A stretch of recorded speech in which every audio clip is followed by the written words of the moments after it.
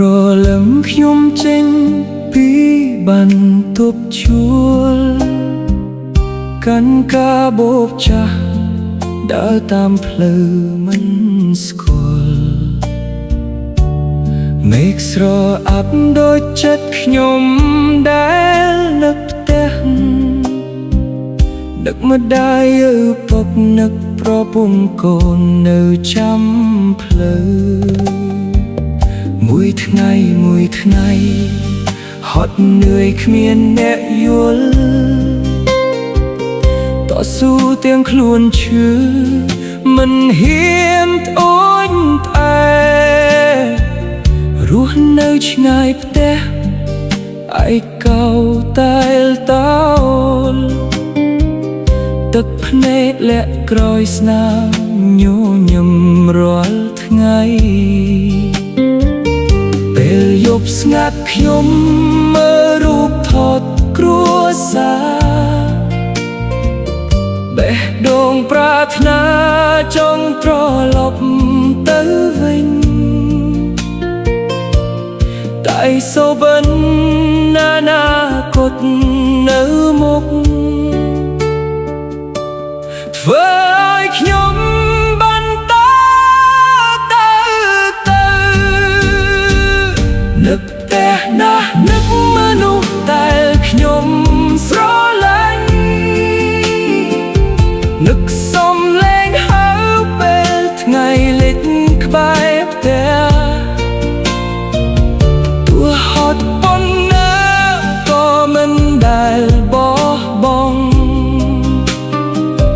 ព្រោះគ្រួសារជាកម្លាំងក្នុងបេះដូងចេញពេលព្រឹកចូលបន្ទប់ពេលយប់ជ្រៅដើរតែម្នាក់ឯងក្រោមភ្លើងទីក្រុងទឹកភ្នែកហូរតែចិត្តនៅតែស៊ូដើម្បីថ្ងៃស្អែកដើម្បីគ្រួសារខ្ញុំរាត្រីបបះមុខយ៉ាងត្រជាក់ធ្វើឲ្យនឹកស្រុកនឹកស្រែចំការផ្ទះខ្ញុំនឹកបែកទៅដែលម្ដាយធ្លាប់ប្រៀបចំនឹកស្នាមញញឹមកូនរត់មកអោជីវិតអ្នកឆ្ងាយផ្ទះមិនស្រួលឡើយ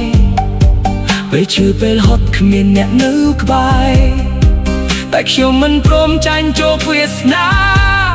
ព្រោះនៅពីក្រោយមានគ្រួសាររងចាំទូភ្លើយឆ្ងាយប៉ុណ្ណាទូមានទឹកភ្នែកប៉ុន្មានដងខ្ញុំនឹងស៊ូហូតដល់ថ្ងៃសូមមិនខ្លាយជាការបាត់នឹកតែណាស់នឹកមនុស្សដែលខ្ញុំស្រឡាញ់នឹកគ្រប់ពេលវេលាដែលធ្លាប់កោះខ្ទៅតែខ្ញុំនឹងស៊ូមិនឲ្យអ្នកខកចិត្តទោះនៅឆ្ងាយក៏បេះដូងនៅចិត្តថ្ងៃណាមួយខ្ញុំនឹងត្រឡប់ទៅផ្ទះនាំក្តីស្រមៃទៅជុំអ្នកទាំងអស់អោបទឹកភ្នែកចំនួនថ្ងៃឯកោ